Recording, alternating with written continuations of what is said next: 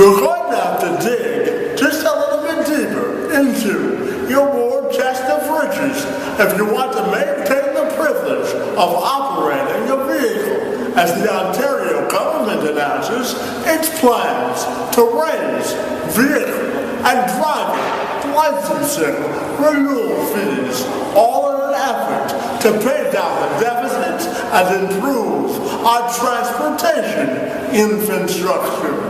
Bob Chiarelli is the Minister of Transportation and Infrastructure for the province, and he breaks down just how much the new fees will impact Ontarians in the pocketbook. Ontario is changing driver and vehicle license fees, not only for the automobile renewal fees, but for a whole range of fees associated with motor vehicles, which are existing at the present time. For example, for an automobile license renewal, that hasn't been renewed for 15 years. For a heavy commercial vehicle, that hasn't been increased for 24 years. So we're making some very modest increases, and these will help make sure the province's roads and bridges will remain safe and in good repair. We put a high priority on road safety. We have the best road safety record in North America. And certainly the cost of maintaining our roads and bridges have risen over the years. The fees have not. So, but even with these increases, Ontario is not receiving the full cost of delivering these services. I think it's important to look at a comparison with other provinces. For example, it costs just $74 to renew your license plate in Ontario. That's compared to a cost of $142 in British Columbia, $104 in Quebec, and I think it's $172 in New Brunswick.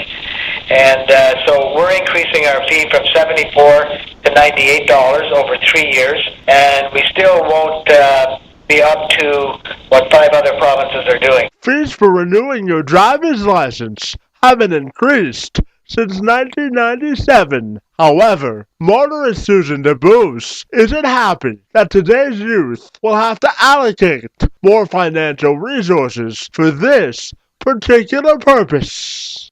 I don't think that's a good idea. I think young people right now have to pay too much money for things, especially if they're going to school, college, or university, and they have a lot of fees.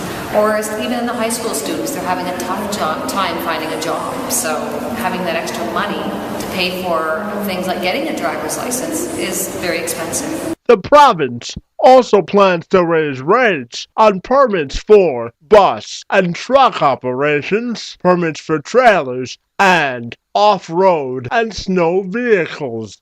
Barry Welch, an avid commuter himself, sympathizes with those who will have to shell out the extra cash.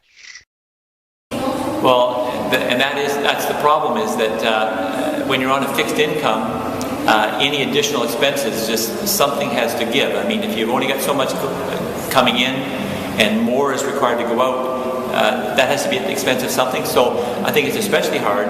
Things like this are especially hard for people who are on fixed incomes, and cost of everything is going up, and the amount of money coming in is staying the same, or in some cases even decreasing. So I just think it puts more stress on individuals, and certainly more stress on people who need to be able to drive, whether it's to get to their job or move people, taxi their family around, whatever. So I just think it makes it for a more stressful situation. The cost of replacing a driver's license will escalate to $15 from $10 this year. Furthermore, further increases of $20 to $25 are also expected in 2013 and 14, respectively. As of today, there are 11 million Canadians with registered vehicles on the road in Ontario. For CFTV, I'm Kevin McShan.